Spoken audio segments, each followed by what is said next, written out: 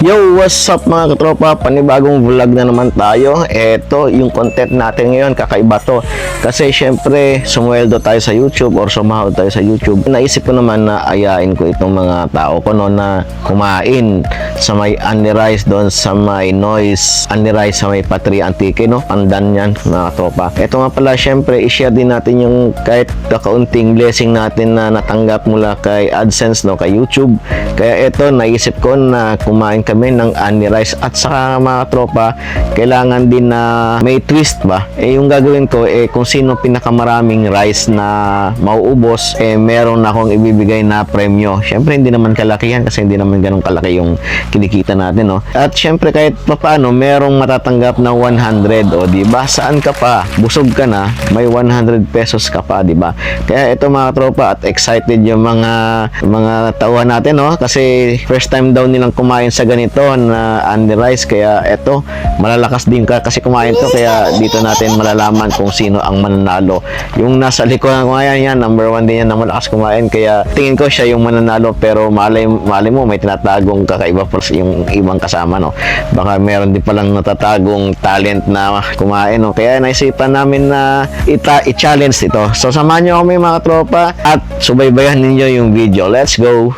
At pakinggan ng isang tunay na kwento, trihangos isang taong tunay na respetado. Ang pangalang tropa mo, tumatak sa mga tao, laging maaasahan kay minahal ng mga tao. Sa review ng sasakyan, pangalan niya ay tumatak. Nagmula sa antique, isang tunay na alambag. Sa review ng sasakyan, tunay na maaasahan. Gagabayan ka hanggat maraming matutunan. Sasakyan o motor siya laging nakatugon. Mabilis pa sa 24 kung siya ay umaksyon. Ano mang pagsubok ay kaya niyang harapin. Gaano mang kahirap, kayang suungin. Hindi na alintana ang pagod at paghihirap. Basta makatulong sa kapwa, maabot ang pangarap. Tirik man ang araw, siya ay tuloy pa rin sa pag-ahon ng pamilya na gusto niyang abutin. Katropa automotos ang tunay na palaban. Anong mga usap buhay kanyang pinapalagan. Anong mga problema lagi siyang nakatugon. Gabayan ka sana lagi ng ating Panginoon. At eto mga katropa, nandito na nga kami sa Noise Town, nakarating na kami. Syempre, eto medyo may kalayuan din naman ng konti dun sa aming barangay, pero yakang-yaka naman kasi nakamotor naman kami. So ayan, matatagpuan nga pala yan ulit dito sa may Patria Pandan Antique. Look for Ma'am Abby Pentason. Yan, siya yung may-ari nitong Noise Resort Restaurant. Ayan, masarap yung mga pagkain nila katropa kasi meron din silang Anli Rice dito. Syempre, ang napili namin Pecho Anli Rice yan mga tropa, at nagkakahalaga lang siya ng 145 pesos.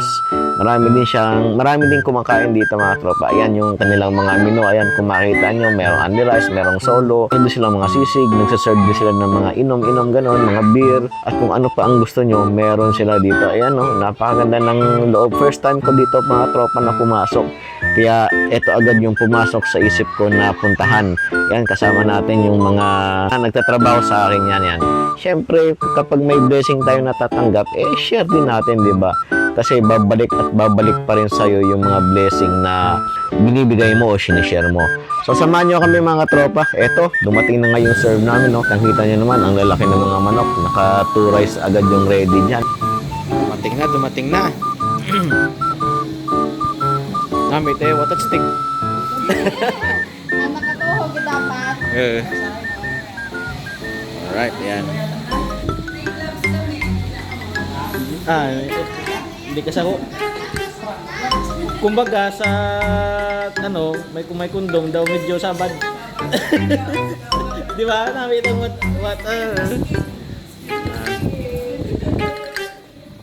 nadayon gid ang plano ba? Hindi, magmasabaw ka mo yan. Good. Namit ka dyan.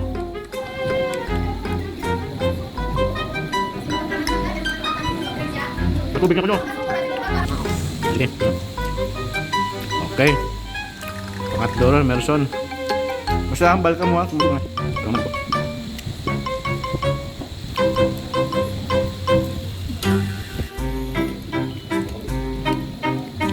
Masabaw ba ito?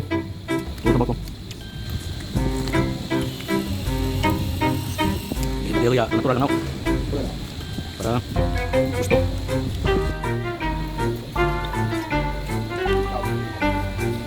Tulog.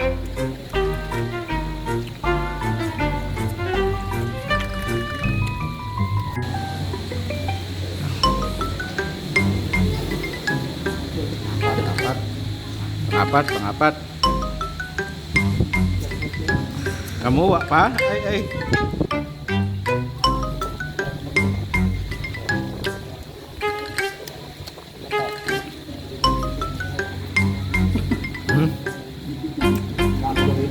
Pangatlo.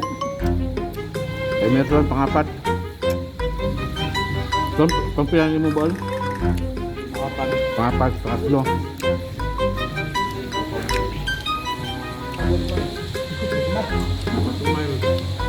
Umay. Dapat ka sa kulma. Thank you kay Madam. Yung may-ari ng Noise Restaurant. May pa-free tayo na ano, exclusive na to sa amin ha. Apa, 5. Sigol, 3. 5, 3. O, 4. 5, 4, 3. Okay. Hindi pa ang liberan. Dugang rantan.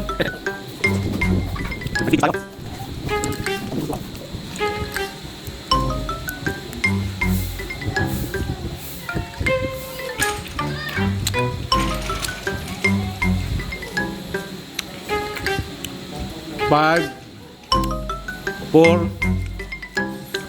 Dave, pangapat ka no? Ikaw, goal 3 pa lang. Dahil si Lagol.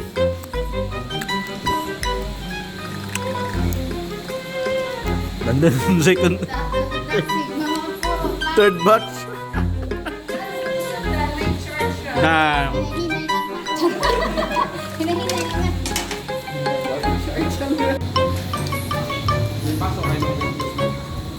Ito ba?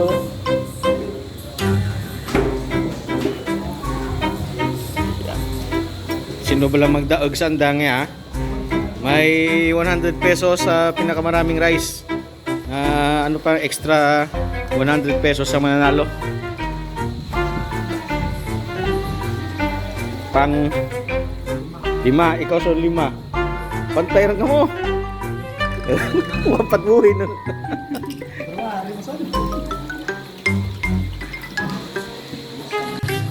6, 5, 5, 4. Ayan, meron ng ano lamang.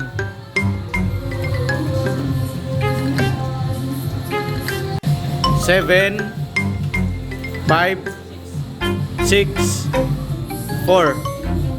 Alright, sige.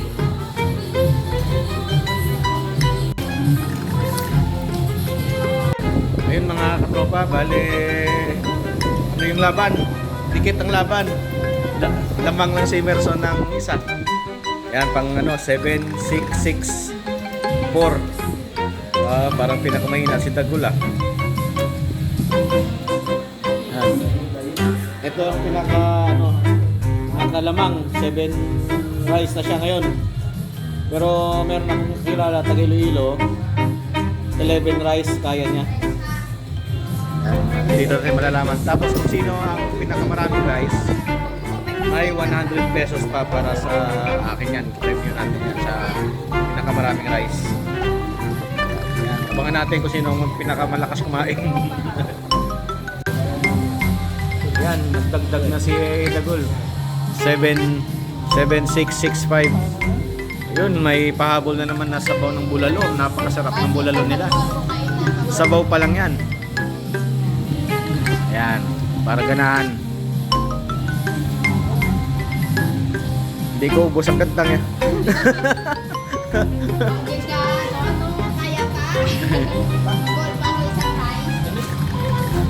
767. Mahabol si Dave. 7675. Pag may tie, bahala kayo maghati. Tag 50 kayo. Dapat may mananalo talaga na isa para solo. Yan, pinapagustuhan tayo ng rice. Nasabihan tayo ni Madam na rice ang rice kung gusto niyo pa. Sarap ng ulam, oh. Ako bilog pa lang. Ano eh.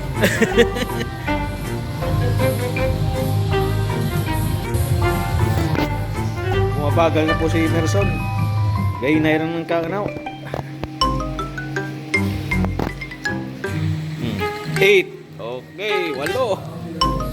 Bay ko sino maka-break it record dyan sa aking kakilala, tagililaw to. 11 kabilog. Nana, madugang pa ko daw, huyar ko, nana. Madugang pa ko na imaw. Aso daw na huyar ko na imaw, nana. Manginasal ako. Okay, may sumurrender na po. Hanggang 5 rice. Dagul. 8. Kira ko ye. 6, 7.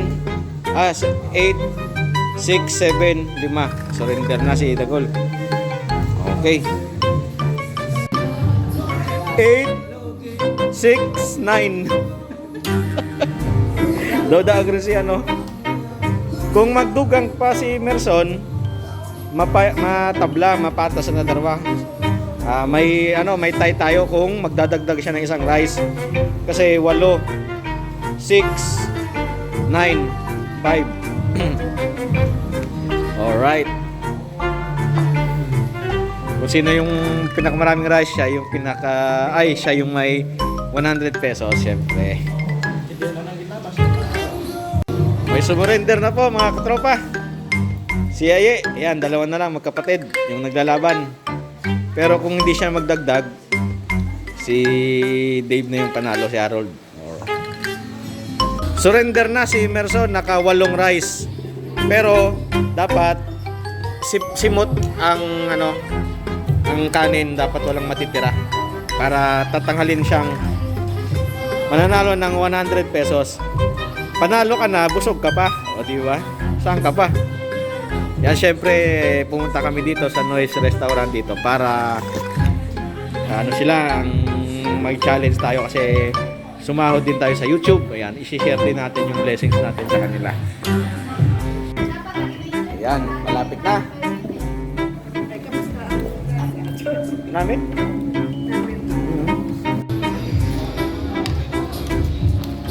Yan, dapat simot ang kanin.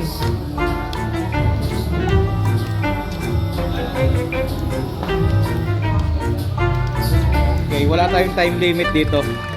Paramihan lang talaga ng rice. Wala tayong time limit kung anong gusto, kung ilang rice ang gusto mo. Wala tayong time limit. Okay na, panalo na. Nimo, ayan, panalo. Woo! Ayos. 9 rice. Ayan, nakasyam na kanin. Update natin. 8 na rice. 7, 9, 5. Okay, ayun, may panalo tayo. Ito mga katropa, siya yung nanalo ng Only Rice Challenge na kasyam na cup. Ayan, ito yung premyo niya. Kahit papaano, at least kahit papaano, 'di ba? May 100 siya. Busog na, may pera pa. Alright? Ano masasabi mo sa sa pagkain dito sa Noise? Masarap, tapos nakabusog, sulit. Ayan. Saka di masayang yung gastos. Ayun, sulit na sulit. Sabaw pa lang, ulam na. Okay. Ayun mga katropa, maraming salamat sa iyong panonood. Like and share natin yung video para marami pa tayong i-upload na video sa susunod. At syempre, marami na naman tayong pupuntahang mga kainan dito pagka may blessing na naman tayo. Okay.